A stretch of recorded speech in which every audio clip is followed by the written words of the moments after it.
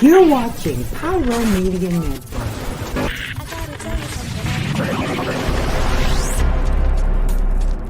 I could be running or I'm chasing you, but I won't. Cause I got better things to do. Rather spend my precious time chasing somebody who loves me too.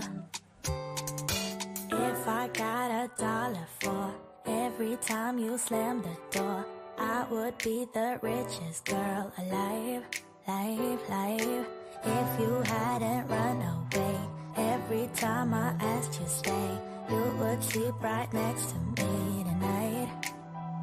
But you didn't know me, all you wanted was a game to play, and you couldn't handle what I had, no way. I got your magic and your side chicks, I'm a winner, babe. Thank you for tuning in. If this is your first time joining us, welcome. We hope your experience is fruitful. Please feel free to visit our website to find out how you can join our growing family. While we are loading your experience, please do us a quick favor and hit that like button from whichever platform you're watching or listening on. Also, share so others may enjoy as well. And we hope you would consider hitting that subscribe or follow button so you can check out more of our amazing content. Alright, let's start the show.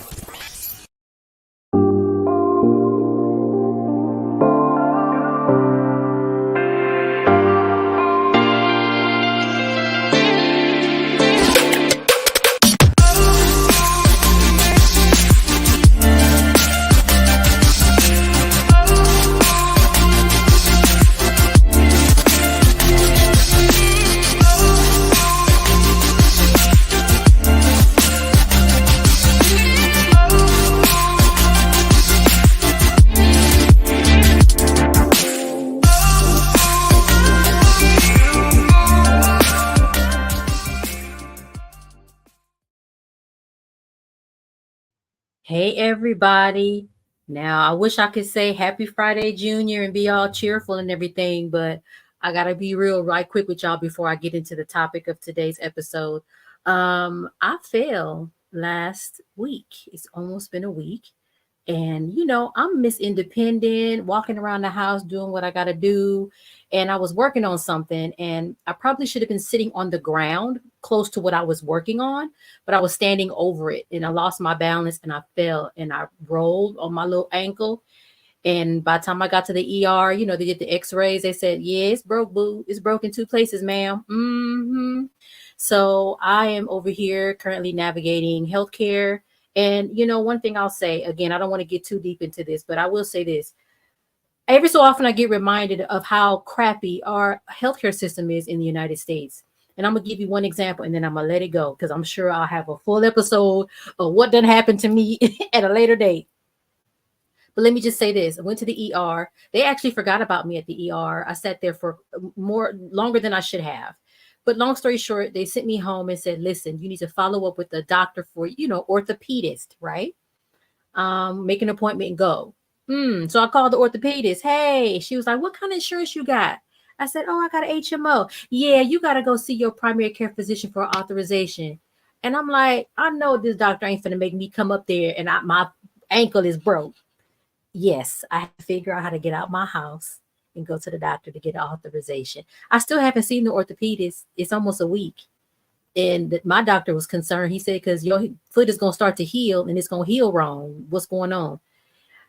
Then I wanted to get a wheelchair. The insurance said, oh, yeah, we'll pay for your wheelchair. Here's a list of providers. No, none of them. They were like, no, we don't. No. And I'm like, what? So I had to buy my own wheelchair, which is coming tomorrow. But anyway, y'all just, hold me in your thoughts. I'm okay for the most part. Just a little, it's hard to have to be responsible for yourself and you cannot move like you're used to moving. I cannot drive because it's my right foot. And I have to rely on other people. And that can be a little bit difficult for someone like me. So just keep me in your thoughts. But again, this conversation we're going to have today and the one we had last week, so very important. And I'm like, that's all right. I can sit here and talk. Hey. And so remember last week I talked about reparations, this road to reparations, a path towards healing, a path towards justice, right? And how our first, attempt at reparations was that 40 acres and a mule, which we never got. And over the years, there have been these various, things happening to try to get us to reparations. Thank you, Dr. Moore. Thank you so much. I'm hoping things will get better for me soon. I'm my spirits have been up for the most part, but there's every so often, this difficulty with this gets to me, and not much gets to me. But I'm like, come on. But reparations, this journey towards getting what's due. Our ancestors, American descendants of slaves, we have, our ancestors worked so hard to build this country, and we have never been sort of made whole. And I want to have this conversation this week with someone that I know is such a dynamic person on so many levels. And I forgot to tell her, I need to talk to her after this about something else that I think that she would be interested in. But I want to bring on Tavia Wooley to talk with me. I'm not going to even read her bio because I want her to talk about who she is, and we're just going to jump into this conversation. So come on, Tavia.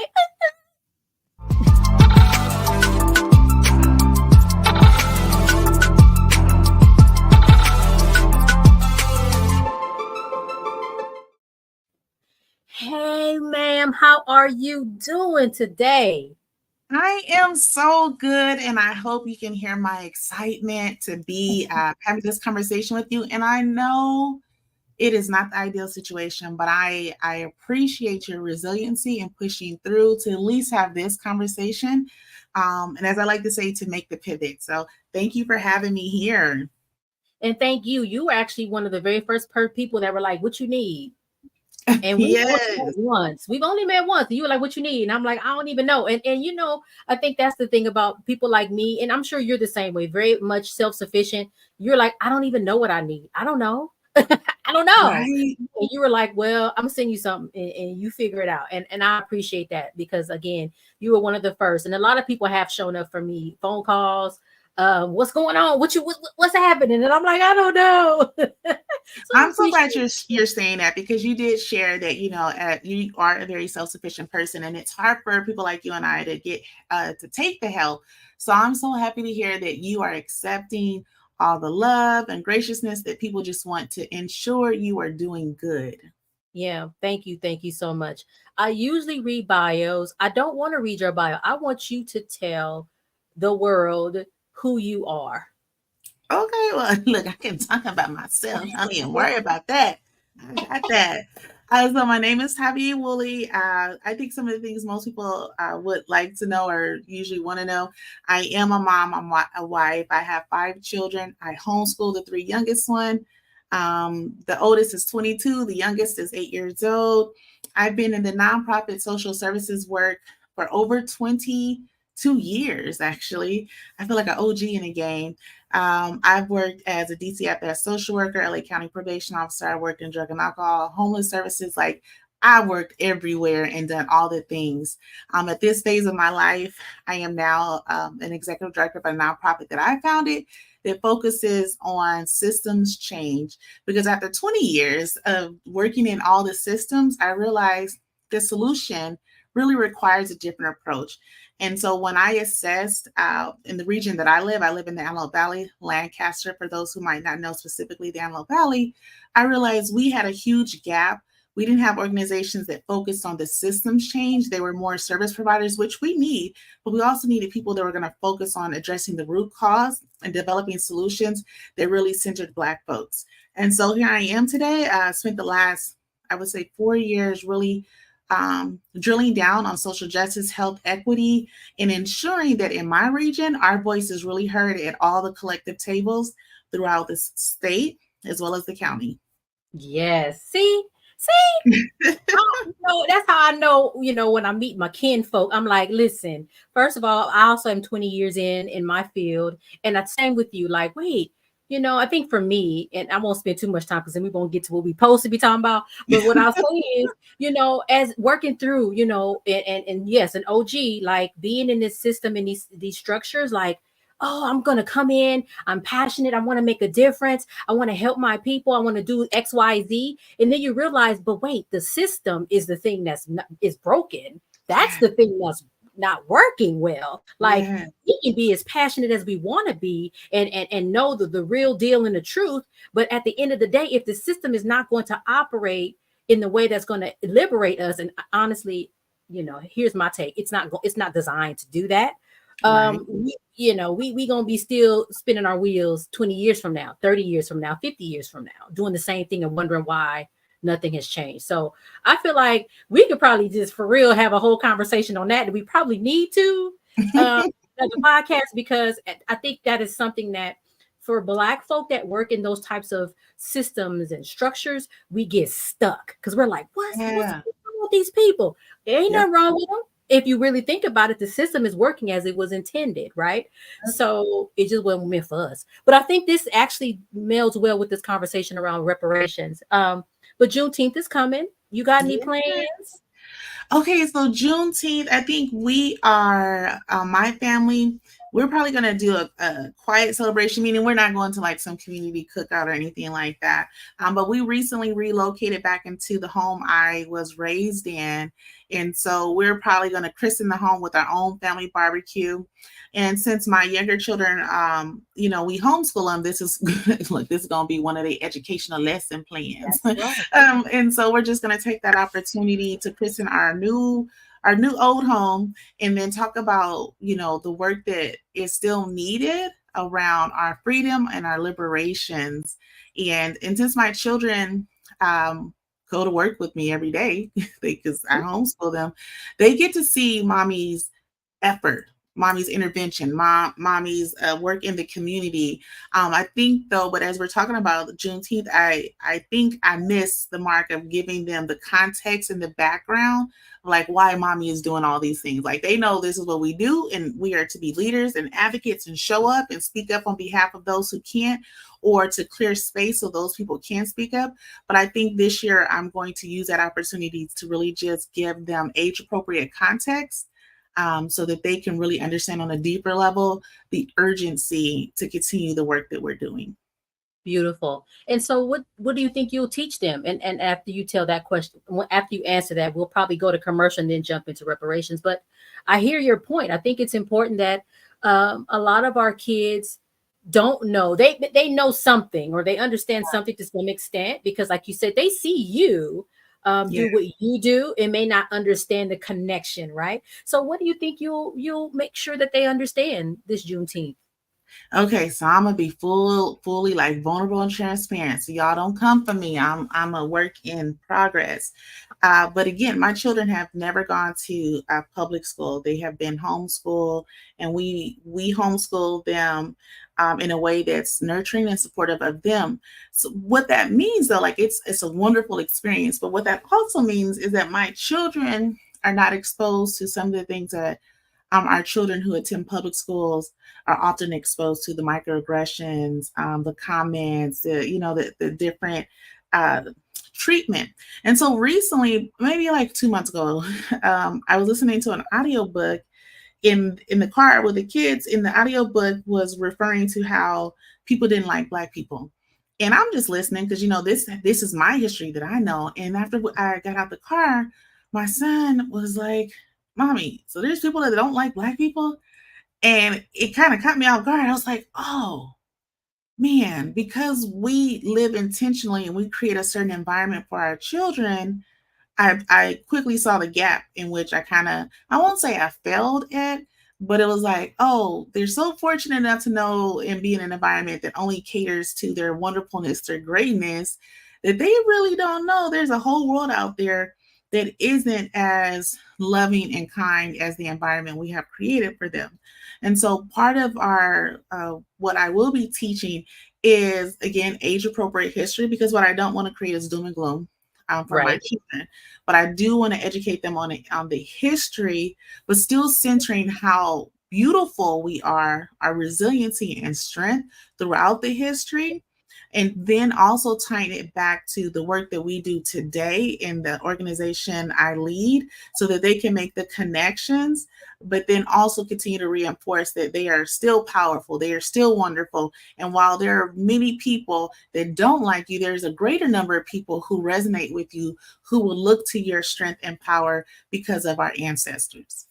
Man, shout out to you first of all for creating that sense of environment, or that environment for your children, so that something like that is like foreign. Like, what? People don't like. I think that's a beautiful thing, right? And I think that it's Yeah. beautiful that you are homeschooling your children and creating that environment for them. And you're right, like, okay, well, now I gotta give them, the real, but in a Yeah. way that, age appropriate, and that also sort of affirms them. Like, it's not about, to your point, doom and gloom. But I really give you credit and kudos for that, because a lot of us, unfortunately, and I'm not gonna say us meaning me, because I taught my daughter know what's going on. She's 27. Right. But unfortunately, a lot of us do leave our children's education to the school system for whatever reason, and then they don't really get the thing that they should get. I went to school. All my teachers were Black. I went to parochial school for elementary school. So I had a very different experience with Black history. And we learned about, what's his name, the kings and the queens in Africa. And it wasn't just Martin Luther King and like Rosa Parks. So that was it. So, but I don't think we do that anymore. Or have those types of things anymore, unless we intentionally seek them. So I really give kudos to you, and the fact that you were like, wait, I gotta also temper, what I'm providing with a little bit of what's happening in the world today. It's hard though. It's hard. It is. And just for context, my high school years, I live in a very conservative white community still, and that's what we just recently returned to. So I think the sense of urgency is also present now for us this year. We're not in a as diverse community as we were previously. Now we're back in a place where I experienced my microaggression trauma. So there is that sense of urgency to really share with them. So I don't even know what it means to have like Black teachers, or to even learn about Black history. I think I had a Black teacher in the 4th grade, and that was it. 4th grade. Yes. Mm-hmm. Wow. And that's when I lived in Detroit, Michigan. Yeah. Okay. Yeah. That's huge. Let's go to break, and then we'll talk about the reparations conversation, because I'm curious to hear your thoughts of what you've been thinking about, even with, you're talking about your children, what you would want to talk to them about, and what this means for our communities and whatnot. So let's go to break, and we'll be right back. Don't go nowhere.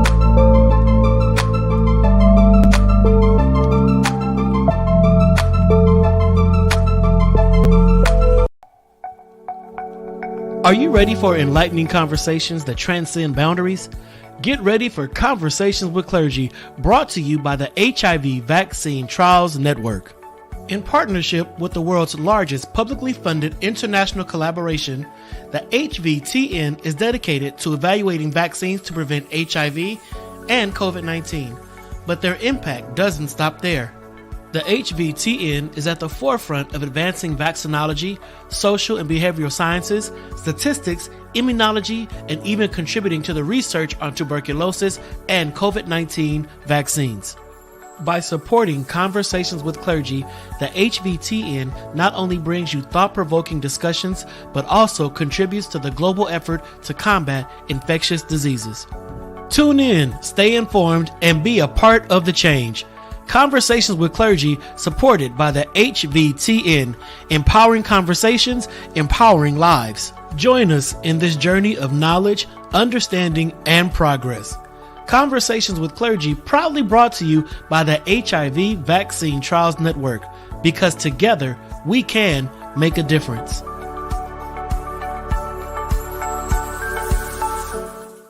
Elevate your entertainment with Watch Vim. Discover the ultimate online streaming destination. Get an auto-renewing monthly subscription for unlimited content on all devices. Join us in supporting a Black-owned streaming platform that brings top-tier entertainment. Let the streaming excitement begin at Watch Vim, your seamless experience for endless entertainment. Stream online or download the Watch Vim app now. Hey pilots, did you know that you can now catch the electrifying sounds of bullet-in-flight radio anywhere you go? Yes, you heard it right. Tune in to the high-flying beats and soaring melodies by downloading the TuneIn app on your mobile device. Just search for Bullet-in-Flight Radio and hit play.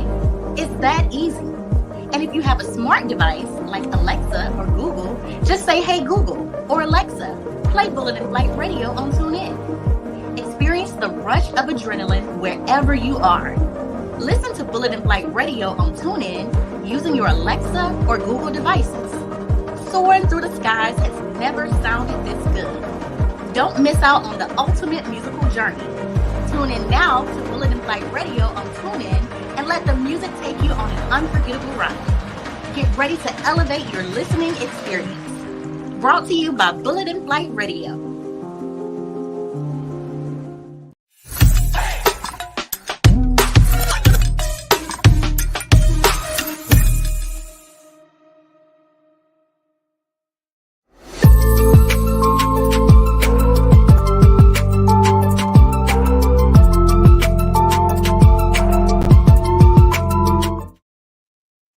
And we're back. I'm here with Tavia, Wooley. Oh, she's so amazing. Amazing. Okay. I don't know. I don't even know what else to say.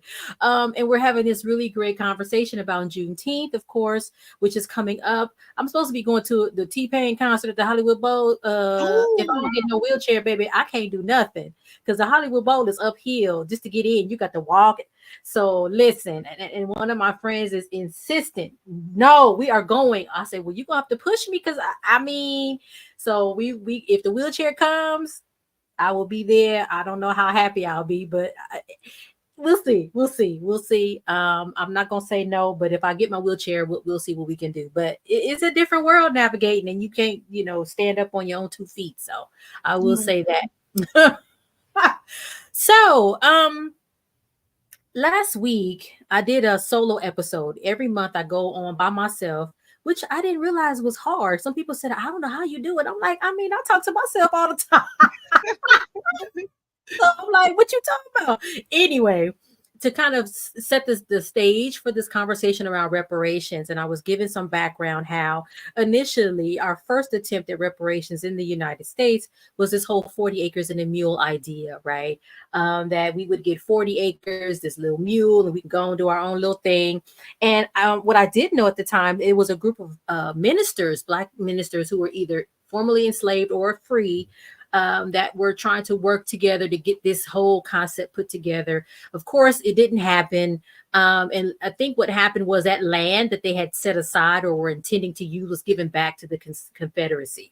And so I'm like, we never got no pay for nothing, or, for doing anything. And this idea of reparations is really about making whole a whole community of people who were done wrong over time. And what I was looking at really talks specifically about the social determinants of health. They talked about stuff like jobs, business, home ownership, education, really trying to figure out ways to make some sort of reparations in those areas, because those are the things, especially in America, Black folk who are descendants of slaves have been impacted or have been harmed the most. So I just want to ask you, have you had any thoughts about this conversation on reparations?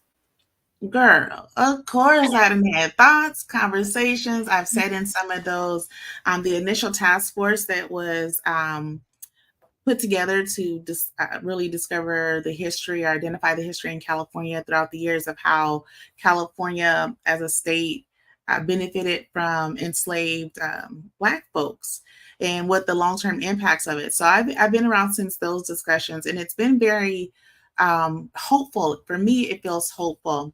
Our country has a long history of giving stuff and then taking it back. Just kidding. But I really feel like because we're approaching this work very intentionally, I think there's a really, really great chance that we will see reparations, and it's much needed. It's overdue. And what most people don't realize, it will set a precedent for everyone else to finally tap into being repaired from the systemic harm that this country has caused them. And I hope California leads the way, really becomes a model example for the feds, the rest of the states start implementing similar, if not the same level of repair. Absolutely. And so one of the things I learned separately from this, I think I was looking at something at some point, that even though California was a free state, that people that were coming to California would bring their slaves to California, Yeah. and go back and forth with them and, whatnot. And there was just an interesting thing with that I was like, oh, I didn't even think about that. I also was looking into some stuff and I saw that there were 3 different bills at the federal level. I don't know I think they got stalled, where they were trying to really get this reparations conversation I think since 2021. I'm not sure what happened with that. But really, like you said, proud of the state of California. Like, okay, listen, hey, we got to get some work done. Let's get this task force together and figure out how we're going to do this work. I also learned that the city of LA has a reparations sort of a task force or committee or commission, I guess it is, to try to figure out sort of how they're going to approach this particular issue. I participated in a survey or some research. I want to say it was Cal State Northridge. Somehow somebody was doing some research and they were asking me about whether my ancestors were harmed in some way. And I was able to say, because, sometimes I think that's the issue. And maybe we can talk about that too. Like sometimes the issue is, how do you pinpoint the thing? You've been harmed. You didn't get that mortgage. You didn't get that job. But like, how do you pinpoint? But I was able to say my grandfather was hazed as a firefighter when he integrated the fire station at LAX as a city firefighter. Like, that is direct harm. Wow. Right? Or restrictive covenants. My family, if they wanted to move where I live now, Crenshaw and Slauson, we probably couldn't have. They were stuck in South Central. Everybody was in that one community and they couldn't leave, right? There was a big whoop-de-doo when Black folks started to move to Watson, Compton, right? At the time, because Compton was white. So I'm because I know I'm able to say those things, but everybody's not able to pinpoint.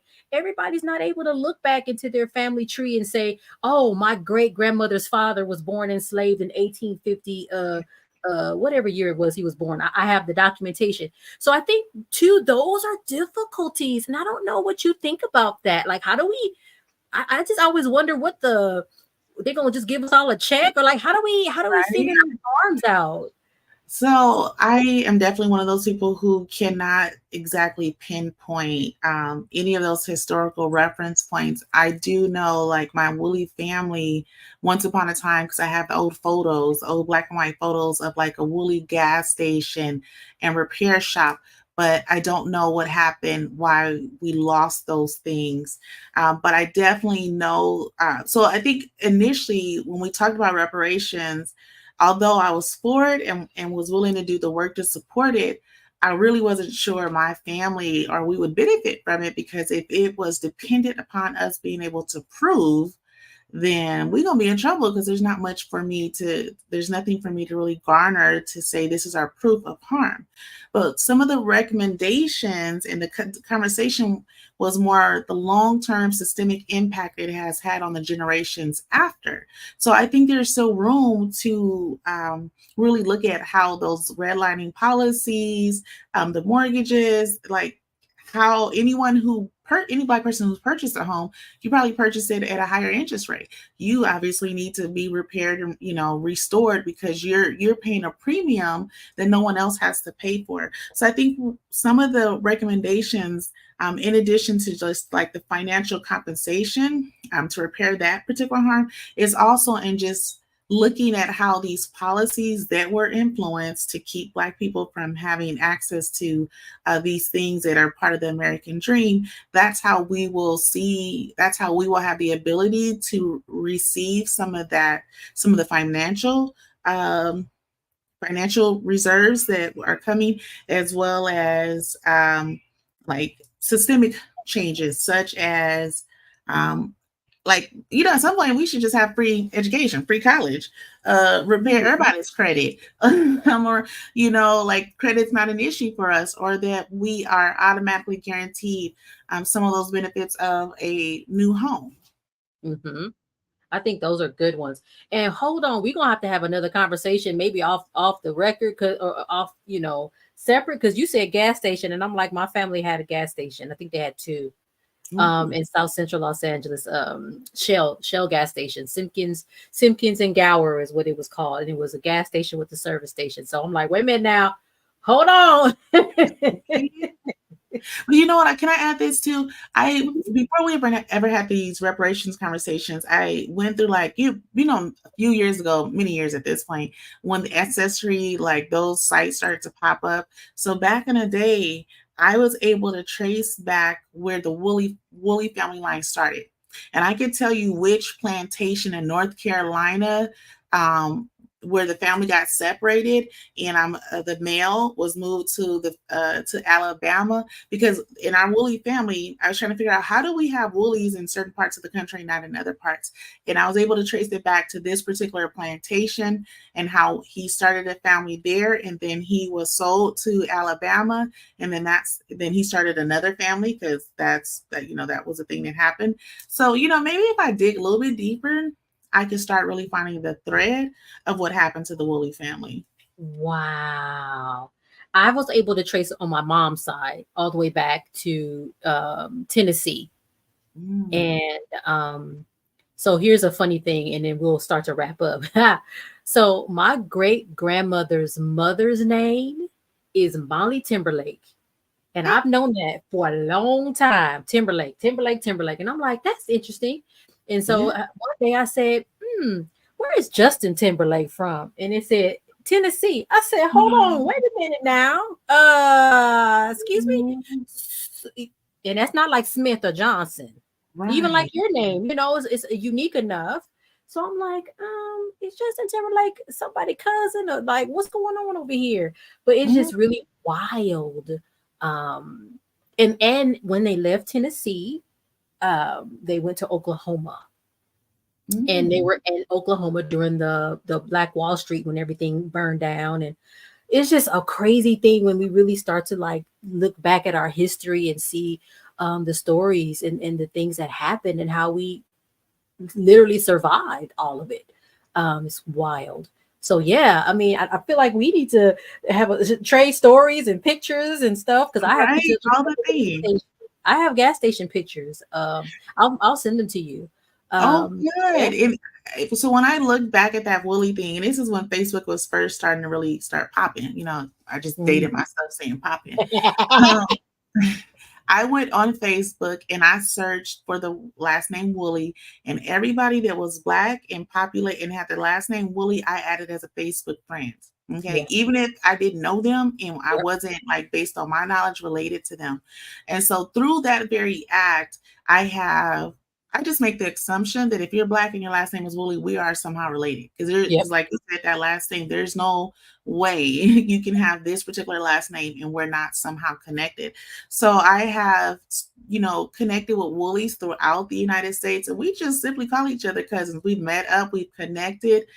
Sometimes we're able to make the direct connection of where our family lines, family tree roots match up. And sometimes we don't, but nonetheless, we just all are under the impression that if you have this particular unique last name, you are definitely somehow related to us.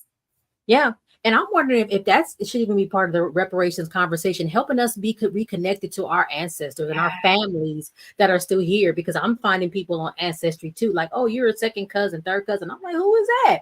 So maybe that's even something in regards to this whole reparations conversation that would be really, really interesting. We are out of time, child. We done talked and had a good talk. But we about to wrap it on up. Is there anything you want to end our conversation with before I close us out? I just would love to encourage anybody who identifies as Black, like you Black, for real Black, not just you made a choice to be Black, to really tap into the conversation about reparations, because there is something for you. And we're going to need, in order, specifically if you're in the state of California, in order to really move this up this mountain that I am faithful that will occur, we need all hands on deck. So if you have felt some kind of way like it ain't gonna happen, I am pleading with you to get in the discussions, get connected, so that we collectively can move this agenda so that it impacts, heals, and repairs us for the future generations, as well as honoring our ancestors who were harmed by it. Absolutely. It's way overdue. We should have been done this long time ago. So I agree. Thank you so much for that. And thank you for being here tonight. All right, y'all, we about to close out. You know where to find me on social media. I am on LinkedIn. Probably not so much now, chat. My foot hurt. But but I'm on social media. I'm on LinkedIn. I'm on Facebook. I'm on Instagram. Not so much on TikTok anymore, but my account is still there. You can always find me also on my website, www.NicoleDVick.com. You can look at previous podcast episodes. You can pick up copies of both of my, well, actually, I'm saying both. Baby, I got 3 books on there that you can pick up. The first one is Pushing Through, Finding the Light in Every Lesson. Then there's the journal, Push Through 52 Weeks of Light in Tough Times. I might need to write in it because I'm in a tough time right now. And then the latest, Triumph in the Trenches, which is an anthology that I wrote with 22 other authors around Black folk in the workplace and our struggles and our, we be making it happen. We be at work like, what's going on? But we just keep pushing through. But it's really like the Green Book for Black working professionals. And hopefully by now, all of you know what the Green Book is. But again, thank you, Tavia, for being here. We might have you back because, you got lots to say. And we will see all of y'all next week. Bye.